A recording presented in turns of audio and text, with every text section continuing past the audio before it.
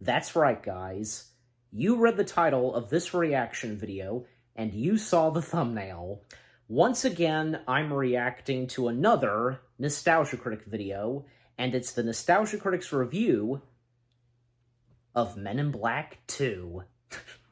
Why not? Because, had to do the shades, especially since, it's a signature of the Men in Black. So, yeah, Men in Black 2. I gotta say, and I'll be completely honest, I actually enjoyed Men in Black 2. First off, the first Men in Black film, really good and funny and with lots of cool, action to it and the aliens and creatures, and, could sometimes deliver some emotional moments. Men in Black 2, yeah, if I remember correctly, even my mom told me this, it's not that good, but for me, I don't think it's god-awful. It's not really a bad sequel. To me, I think it's decent, and, the third Men in Black film, I thought it was good as well. Golly, especially, it definitely brought some emotion to it, especially at the end of the third film, definitely. And the fourth Men in Black film with Chris Hemsworth and what's-her-face, Valkyrie. You have both in Men in Black. In the fourth Men in Black film, you have both Thor and Valkyrie, serving as Men in Black. And yeah, sadly, we all know how that turned out. Yeah, but yeah. So for Men in Black 2, as I said, I thought it was really good, and, it's a fun film, and a fun sequel. Especially since Tommy Lee Jones's character had left the Men in Black division, at the end of the first film because, his memory being wiped, and for him to reunite with the love of his life, and because he's in the first sequel, I was like, and before I watched Men in Black 2, I was like, well, how are they going to explain this? And I asked my mom about this, did they handle this well, for him coming back into the division of, Men in Black, etc.? And she told me that, yeah, they do, so they did it pretty well. And when I watched Men in Black 2, I was like, oh, okay, so, what happened between him and his wife and him getting his memory back, etc. Although he's a little bit rusty with his memories, so, okay. But yeah, so I look forward to what the Nostalgia Critic has to say about Men in Black 2. And by the way, one more thing, I'd like to point out that the Nostalgia Critic's review of the Men in Black 2 was the third to last review that Doug Walker, aka the Nostalgia Critic, did in his home, and especially since with the yellow background, because everybody, always loved seeing Nostalgia Critic videos with the yellow background. So this was the third to last Nostalgia Critic video filmed in Doug Walker's home, the second to last Nostalgia Critic's review of An American Tail, and the last one being Monty Python, The Meaning of Life. And after that, Doug Walker and the entire cast of Nostalgia Critic / Channel Awesome all reunited, and they filmed the Nostalgia Critic's review of Cats. And I'm, of course, talking about the god-awful Cats film that's motion capture. Yes.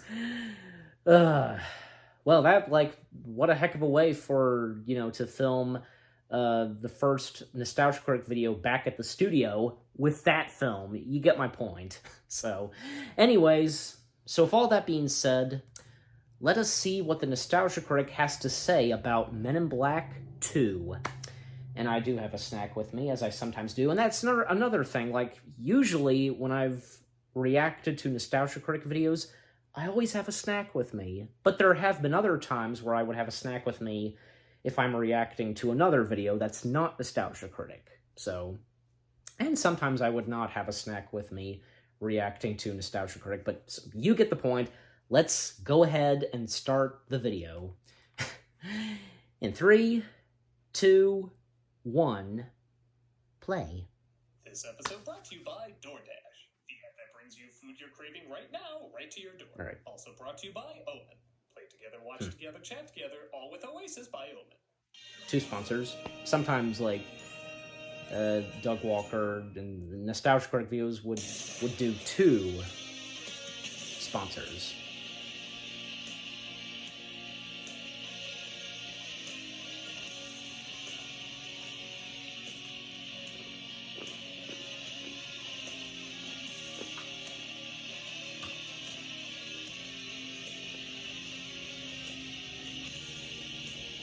And the intro, of course.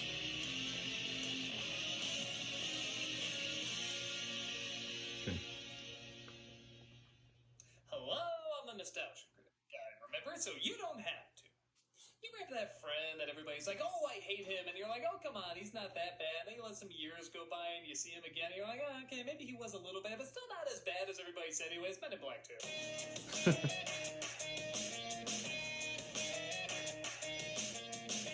Released in 2002, 5 years after director Barry Sonnenfeld's critical and audience smash hit, Men in Black 2 did not grab people like its predecessor. In fact, it was ripped apart when it came out for doing, honestly, what a lot of sequels do, the same goddamn thing. Movies that were axed off were brought back, small comic relief were given bigger roles because kids liked them, promising new characters were dropped, and nothing evolves because we got our status quo. Patrick Well, the series Warburton. would redeem itself with the 3rd film, only to lose us again.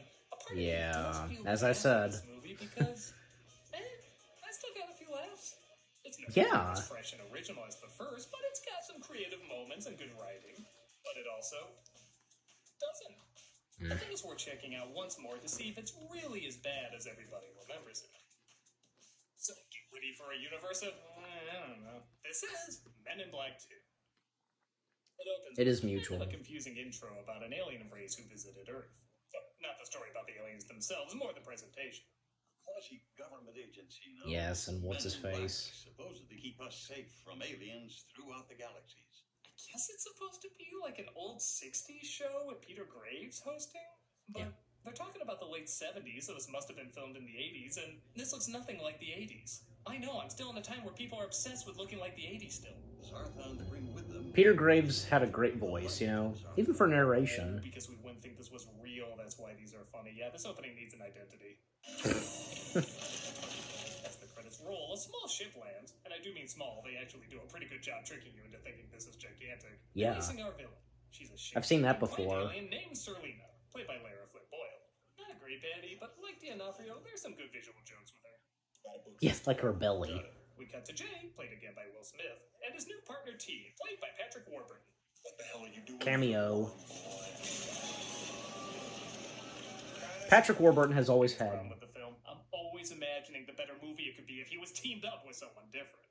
Yeah. Yes, Smith and Jones worked well off each Patrick other, Warburton but has always had Warburton was great. cameos. He's one of those actors whose in unique movies. delivery can make anything sound funny.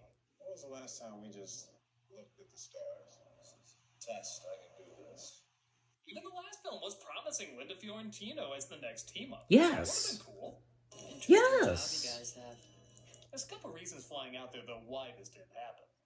The original rumor was Tommy Lee Jones didn't like her and kept her off the film. But not only did Fiorentino herself debunk this, but he pretty much told Jim Carrey he hated him, yet still acted like just as big a dumbass alongside him. Yeah. It doesn't check out. Fiorentino said she had another movie, so she couldn't make it. One of the producers said they offered her the role, but it was too small. Sonnenfeld himself said he wanted Tommy Lee back because, quote, I learned from Wild Wild West that audiences didn't want to see Will as the straight man. That's the biggest problem you got from that movie, huh?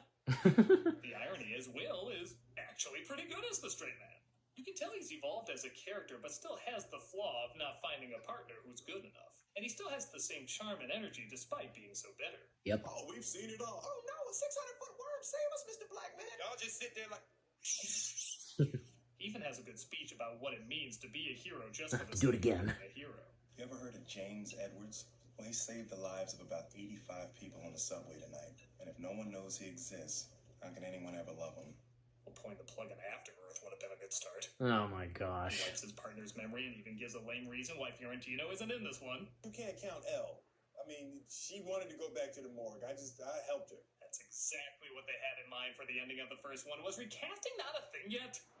Well, Serena picks up a henchman named Scan. It's one of those things. Not entirely, but mostly wasted Johnny Knoxville. Oh, wasted like they didn't utilize him, not wasted. Maybe both. They're right from the sun. I forgot that. She's looking for the intergalactic MacGuffin known as the Light. Disturbing, no. Well, I hope that increased budget went to a really spiffy apology effect. Please, whoever you are, don't hurt me. And Played by Rosario Dawson. Yes. Tries calling the cops. ah, jeez, and an ad. Okay, just very quickly, because yeah, what's her face? Who did not appear in this film? You know, who seemed like she was gonna join Will Smith's character. I mean, I read on the IMDb page that there was a reason why she didn't appear in the film. I guess because, like, there wasn't that much to her character for the sequel. I don't know. I really can't remember as of right now, but just something, you know. Nothing too bad, I guess. But, you know, still, it would have been nice to see her in the sequel. There could have been so much for her, you know, not to mention because, well, at the very end, she joined the division. So, there's that. And by the way, I was gonna say, because, you know, with Rosario Dawson being in the film, well, future Ahsoka Tano, yeah, obvious. Alright. And an ad for Old Spice. Okay, there we go. Actually, may take that back a Went to a notch. really spiffy apology effect. Okay. Please, whoever you are, don't hurt me. Laura, played by Rosario Dawson, tries calling the cops. Okay. There? Like I said, still gets some laughs. Yes. Scat doesn't find anything, and Serlina kills the owner, causing Laura to be sad. I mean, her boss was... A later scene is telling me this is a clever Easter egg, but it's not. Just throw any clever plot twist into the Remember Me bin.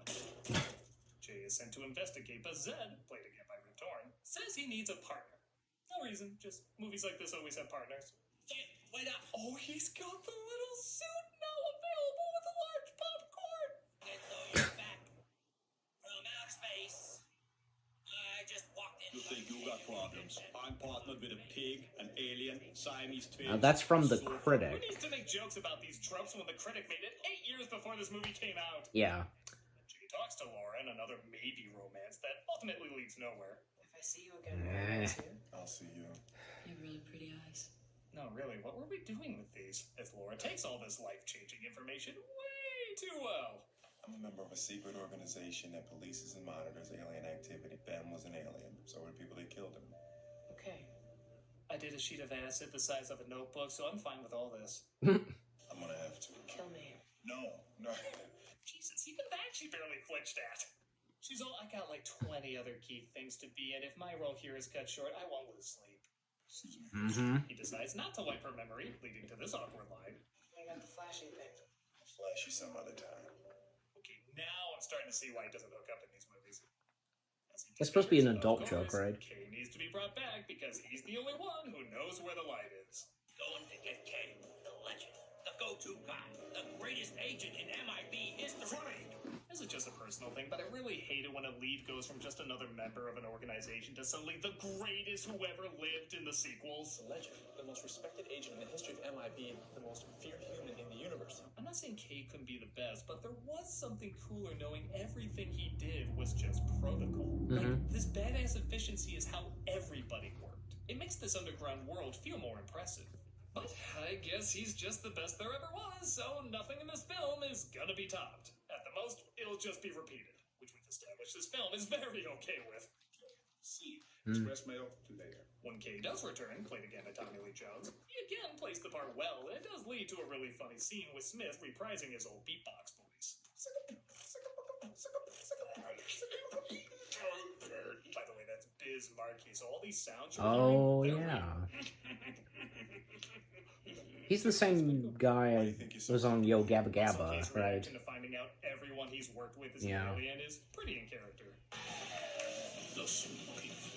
Shh! I'll get this video demonetized. Oh yeah, remember that perfect bittersweet ending with Kay reuniting with his wife? Yes. She left him. You know more about what's going on out there than you do down here. Yeah. That's why she left you, okay? That's why your wife left you. Isn't that exactly what you wanted to see? When you saw that last few minutes with the nice music and breathed a sigh of both sadness and joy, didn't you just want to say, ah, gotcha, everybody's miserable? Hell, if the movie was actually about him having trouble with his wife because of his past, that would have been interesting. Maybe she could have even been a character. But nope, they rosed her out of this pretty fast. Oh. Head up, it's out of the way though, you know what I mean? Kay does decide to go with him. The role reversal here is pretty fun. Kay is now the clueless outsider, and Jay is the one mocking him left and right. No doubt enjoying how the tables have turned. Your favorite weapon? Yep. Back? Tommy Lee Jones's underreactions are hilarious as he tries to stay in control, and I'm sorry, this is one of the funniest things I've ever seen. What's this? It's literally a planet. Every time I see this scene, I just love looking in the background thinking that civilization is facing their Armageddon. It's like the writers of Rick and Morty took over for a millisecond. And then it's back to Maybe. the other writing. What about that position you Ah, put yes. in Men in Michael Black? Jackson's Working on cameo. an alien affirmative action program. I could be Agent M. I think this was his 9th attempt at making a comeback, and how's that working out? It's working out well. No, every creature makeup nerd smiles seeing Rick Baker adjust someone's disguise. Serlina attacks, and honestly, a very embarrassing takeover. He could have been Just no careful effort with the baby. whatsoever. Wake up, champ! I like Johnny Knoxville too much for a he'd only make out with himself joke, but I will say this bit of Jay rambling is so awkward, it does circle around to being funny again. You used to love getting flushed. Yeah, every Saturday night, you'd be like, flush me, Jay, flush me. I'd be like, no. Or maybe it's just that pouty face he makes. I'm gonna have that be my email signature for a while. Yeah, some of these jokes are dated, but others Actually, it came with a black dude, but he kept getting pulled over. Yep. are now uncomfortable. They make their way to Jeeves, played again by Tony Shalhoub, who I swear is turning into Megavolt, who says he has a deneuralizer in his basement to get Kay his memories back. Selena sends henchmen out to get them. Tony Shalhoub just looks so different, you know, when he's that character. You're back. No. How'd you know his head would grow back? Postman. Good to know as a postman, he was totally okay being a murderer, too.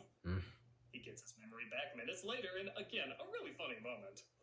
But still a bit rusty, am I right? Because, as I said... A movie with only 5 really good scenes, and he goes back in to fight off the henchmen. Hey, he's a bunch idiot. Shame he's not a stunts better, Anne. Come on, this dude created Underworld. He could teach you some better moves. Looks like you were in a pretty tight spot, kid. I had this one handled. You need a partner. So now the K's back. I guess Jay's a dumbass again. I always do the driving. I drive the new hotness. Old and busted, new hotness. Will, do you think Tommy Lee Jones can kick your ass? Seriously, this scene should play like this. Old and busted, new Oh hotness. boy. James Brolin a lot faster. And commercial break. Again, like, am I right? Like, he gets his memory back. He gets his memory back, but it's still a bit rusty, right? Because still needs to process. So, okay. Advertisement for DoorDash. Order with DoorDash. Your team chat whenever you and your are thinking on these sound parties. Come on. Stop arguing Trying to... together, watch to get that's bit.ly/nist. Okay, let's see. Just, yeah, skipping through the advertisement, as I do all the time when I react to Nostalgia Critic videos. And as I said, like, Tony Shalhoub's character, because it's amazing, like, when I watched the first Men in Black film, I don't think I realized, like, at just for a few seconds that was Tony Shalhoub. Again, because of the makeup that he has on, and how it makes him look different. I mean, that's the thing sometimes, You know, like when it comes to practical makeup and such, you don't realize it's that actor until you see it and you're like, oh my gosh, you know what I'm talking about. I'm sure some of you have been there too. So, all right. Back to it. All right. Back at headquarters, Serlina tries to get info out of Zed, but joke's on her, he has some terrible stunt work too. So there are That scenes face he where Will made. Smith's 4-year-old son took over directing, right? Did I mention yet Jay goes back to being a dumbass again? I'll contact the eyewitness. We need to neuralize all the witnesses. See, I had, I was going to, Did Porky Pig write your cue cards? You were not this stupid in the first half! 5 years, you're still acting like a rookie. man, tell it to the hand. Yes, once Austin Powers and Mutation and the Beast cemented this as timeless, it only made sense to incorporate it here. Yeah. They return to the pizza shop to meet up with Laura, as Kay has an old picture that might be a clue. Did I mention yet Jay goes back to being a dumbass again? You're pointing at something. Astronaut. Now he's pointing. Who would stack pizza boxes like this? It's an arrow. Would kill the cat that ate the rat that lived in his dead routine. Next! They want Laura to be safe, so they hand her over to Slimer. I mean Olaf. I mean Minions. I mean these side characters that totally work their way organically into the sequel story. Yep. I liked them. They're pretty cool. They didn't speak English before. They tested well, and now most of the climax is around them. Speaking of climax, Especially when they have dialogue is aged the a get up. little creepy. Watch out for Nemo. It's fine. Everything's straight and safe. Don't fall asleep. Rosario's usual protocol when she visits a con. They visit a locker which contains another clue, and again, this is a really great bit. Mm-hmm. It's a whole civilization waiting for Kay's return, and they formed an entire religion around it. Yes. Word and peace has reigned throughout our world. Pass it on to others. I didn't know Ralph Bakshi cameoed in this. I like too that they all have blue-collar New York. Was it? accents, Like, almost did he do like the they picked voice? up how the I don't train know. passengers talk when they pass by. Large adult entertainment section. That's just nasty. You left your would-be girlfriend with worms that are probably on a list. I wouldn't talk. The clue leads them to a video store run by David Cross, who shows them the video that played in the intro, which brings back all the memories to Kay. They realize they have to get going and tell the store owner to basically get a life, leading to probably the darkest joke in the movie. You want to go to Cambodia? Yeah. Hey, Mom. Damn, Sonnenfeld, your Addams Family was showing. More, please. He's captured by Serlina, and of course, the worms want to help save her. Yep. The exact same shot from before. Selena has the bracelet. Why she take Laura? She also wants me. You know, I get wanting to repeat your first film. Do you really want to repeat your current film? They load up on weapons in a family's house. Again, this is the stuff that's really fun about Men in Black. Right down to the director's cameo. Yes, I was gonna say. Really creepy foe here. Their Eagle Scout Agent J got me siphoning the Earth's ozone to sell on the black market. They keep showing this guy who wants revenge on Jay, and everything from the way he looks to the way he moves is surprisingly unnerving. Okay, I'm looking forward to how they fuck it up.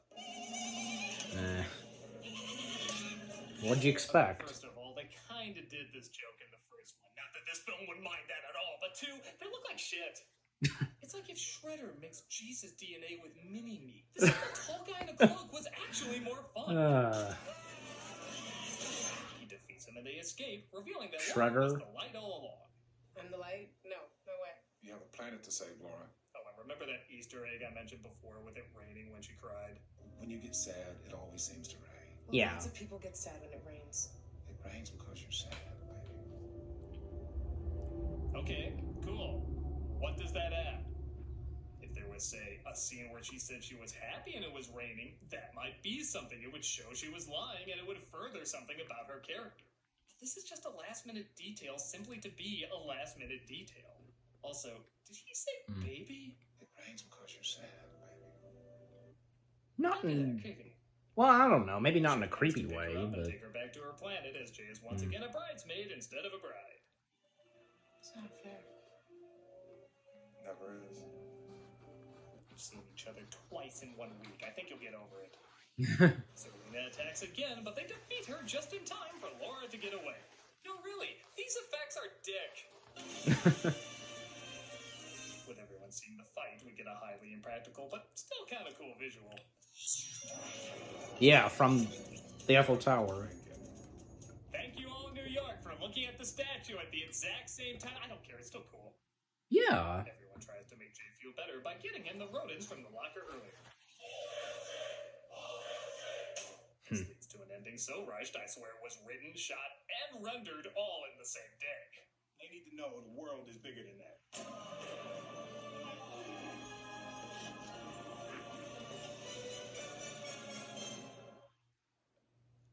Mind blown? Would be the only thing that blows in this movie. The best comparison I can make to this is Ghostbusters 2, minus the spectacle element, because this really did feel like a smaller movie. I like that movie, though. It scraps any new or exciting ideas and puts things back the way they were, because our fragile little minds can't handle anything different. For what it's worth, as these retconning sellout sequels go, it's got some decent moments. I do laugh more than a handful of times. When it doesn't work, it's not painfully bad. And the actors and world are still likable enough that it does make me glad I saw it at least once. But I'm not gonna act like everything said against it isn't true. It does feel cheap. It does feel rushed. And not only does it repeat the same elements as the first film, but it retcons the first film's ending so it can do it. And that just feels lazily manipulative. I guess it's not good, but like Ghostbusters 2, I do have a bit of a soft spot for it.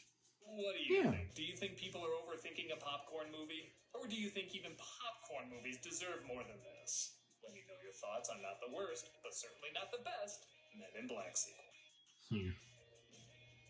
I'm a nostalgia critic, I remember, so you don't have to. See you next time, Doug. I'll flash you some other time. You ended off with that. Hey, Doug Walker here doing the charity shout-out. Sorry if I look a little scuzzy right now. It flashed green for a second. Past couple days, but as you can see, Dr. Fuss. Okay, so the charity shout-out. Alright. Well, that was pretty good, and yeah, as Doug, as the nostalgia critic said, you know, has a soft spot for Men in Black 2. Well, that's good to hear. Alright, enough said. Jump cut to my thoughts now. Hey guys, so that was my reaction to the Nostalgia Critic's review of Men in Black 2. Yes, and again, as I said, I thought it was pretty good. You know, a good review from the Nostalgia Critic. And as Doug Walker, aka the Nostalgia Critic, said, he has a soft spot for Men in Black 2. And for me, well, as I said, you know, I enjoyed Men in Black 2.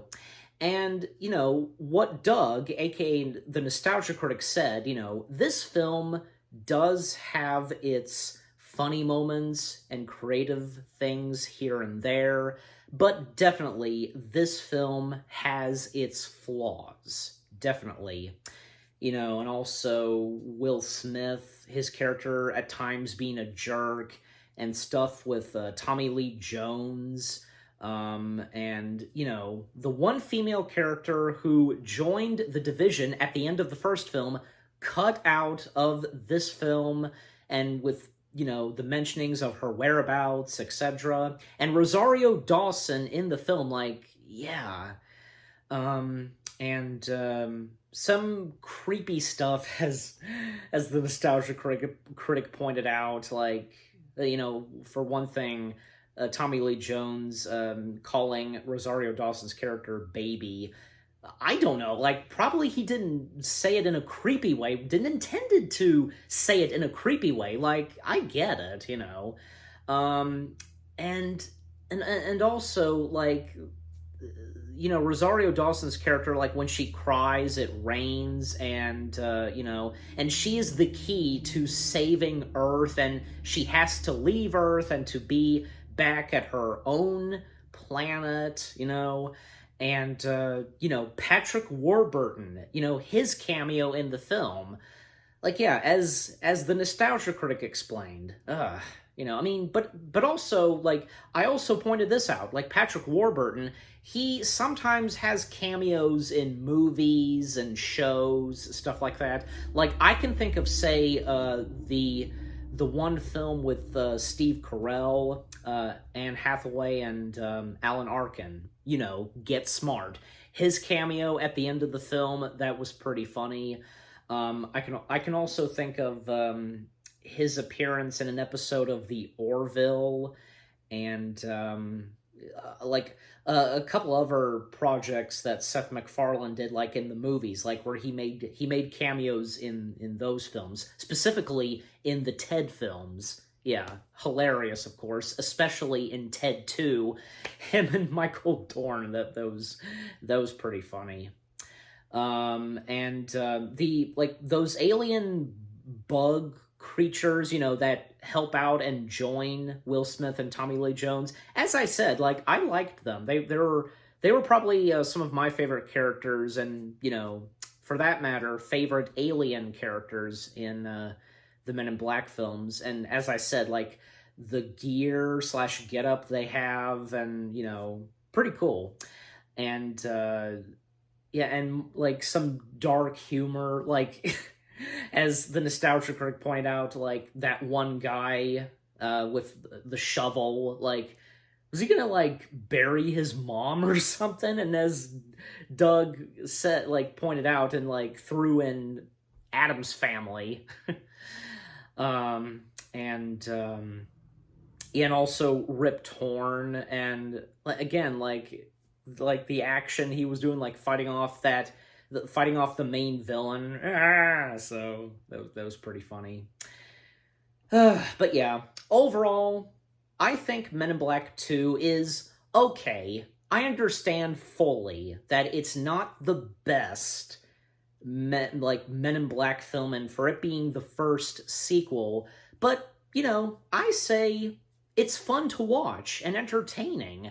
Whether if, you know, it, like, you think it's you know, still, you know, you get my point. But what about you guys? What did you think of the video itself, of the Nostalgia Critic's review of Men in Black 2, and what did you think of my reaction?